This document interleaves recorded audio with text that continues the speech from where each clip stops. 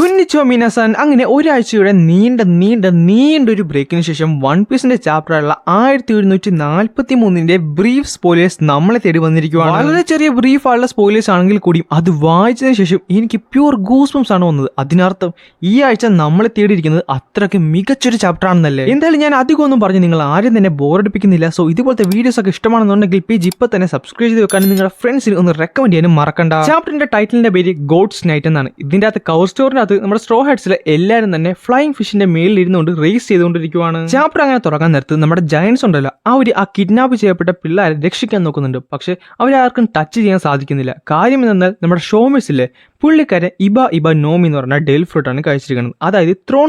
ആരെങ്കിലും പുള്ളിക്കാരന്റെ ടാർജറ്റിനെ ഒന്ന് തൊടാൻ നോക്കിക്കഴിഞ്ഞാൽ അവരെ ത്രോൺസ് അറ്റാക്ക് ചെയ്യും. ഇതിന്റെ അകത്തൊരു പ്രത്യേകത കൂടിയുണ്ട്. അത് the stronger the love for the target the more painful the Thrones ആണ്. നമ്മുടെ ഗില്ലിംഗ്ഹാം ആ പുള്ളിക്കാരനില്ലേ, പുള്ളിക്കാരന്റെ ഡെൽ ഫ്രൂട്ട് ഇവിടെ പറയുന്നുണ്ട്. പുള്ളിക്കാരന്റെ ഡെൽ ഫ്രൂട്ട് ഡ്രാഗൺ ഫ്രൂട്ട് മോഡൽ ക്യുലിൻ ആണ്. പുള്ളിക്കാരന് ഒരാളുടെ സ്വപ്നത്തിനെ യാഥാർത്ഥ്യമാക്കാൻ പറ്റും. അതായത് ഒരു കിഡിൽ OP ഡെൽ ഫ്രൂട്ട് കൂടെ അങ്ങനെ വൺ പീസിലേക്ക് വന്നിട്ടുണ്ട്. പിന്നെ നമ്മുടെ ഹോളി നൈറ്റ്സിനാണ് കാണിക്കുന്നത്. അവരെല്ലാവരും എൽബഫിന്റെ നടുക്ക് ഒരു കാട്ടിലിരുന്നുകൊണ്ട് ഫുഡ് കഴിച്ചുകൊണ്ടിരിക്കുകയാണ്. പക്ഷെ അവിടെ ചെറിയൊരു പ്രശ്നമുണ്ട്, അവരുടെ കയ്യിൽ ഉപ്പില്ല. പെട്ടെന്ന് നമ്മുടെ സൺ ഷോമേസ് ഇതിനെപ്പറ്റി ആലോചിക്കുന്നുണ്ട്. നമ്മുടെ ഗില്ലിംഗ്ഹാർഡ് പുള്ളിക്കാരന്റെ പവേഴ്സ് യൂസ് ചെയ്ത് സൺ ഷോമേസിന്റെ ഉറക്കത്തിലേക്ക് കടന്ന് അവിടുന്ന് സ്വപ്നത്തിലേക്ക് കടന്ന് അവിടുന്ന് ഉപ്പ് റിയാലിറ്റിയിലേക്ക് കൊണ്ടുവരുന്നുണ്ട്. ഈ ഒരു പർട്ടിക്കുലർ പോർഷൻ ആ ഒരു ഡെവിൾ ഫ്രൂട്ടിന്റെ പവേഴ്സ് എന്തുമാത്രം ഭയാനകമാണെന്ന് നമ്മളെ കാണിച്ചു തരാൻ വേണ്ടി ആഡ് ചെയ്ത പോലെയാണ് എനിക്ക് തോന്നിയത്. പിന്നെ നമ്മുടെ ലൂഫിയുടെ ലോക്കിയുടെ അടുത്തേക്കാണ് പോകുന്നത്. ലൂഫിയായിട്ട് നമ്മുടെ ലോക്കിനെ അറ്റാക്ക് ചെയ്യുന്നത് വളരെ വീക്ക് ആയിട്ടുള്ള ബ്ലോ ആണ് അവിടെ ചെയ്യുന്നുണ്ടെങ്കിൽ ലോക്കി പെട്ടെന്ന് തന്നെ ബോധരഹിതനായി താഴെ വീഴും. പക്ഷെ സോറോ ഒരു കാര്യം ശ്രദ്ധിക്കും, ലോക്കി ഏകദേശം മരിക്കാറായി കിടക്കും.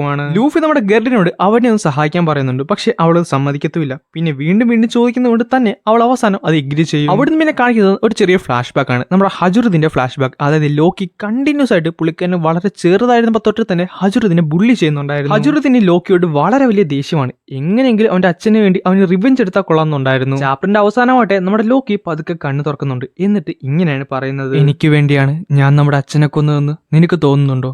നീയും അത് വിശ്വസിക്കുന്നില്ലെന്ന് എനിക്കറിയാം ഹജുറുദ്ദീൻ. അങ്ങനെയാണ് ചാപ്റ്റർ 1743 അവസാനിക്കുന്നതും. പിന്നെ ഇതിനെയൊക്കെ വേണം ശരിക്കും ക്ലിഫ് ഹാങ്ങർ എന്ന് വിളിക്കാൻ. ഇനി ഒരാഴ്ച കൂടെ വെയിറ്റ് ചെയ്യണമെന്ന് ഓർത്തിട്ട് എനിക്ക് ഇപ്പൊ തന്നെ ഭ്രാന്താവും. എന്തായാലും നെക്സ്റ്റ് വീക്ക് ബ്രേക്ക് ഒന്നും ഇല്ലെന്ന് ഒഫീഷ്യലി കൺഫേം ആയിട്ടുണ്ട്. അതായത് അടുത്ത ചൊവ്വാഴ്ച ചാപ്റ്റർ 1744 സ്പോയിലേഴ്സ് വരുന്നതായിരിക്കും. ഞാനത് നിങ്ങൾക്ക് വേണ്ടി എക്സ്പ്ലെയിൻ ചെയ്യുന്നതായിരിക്കും.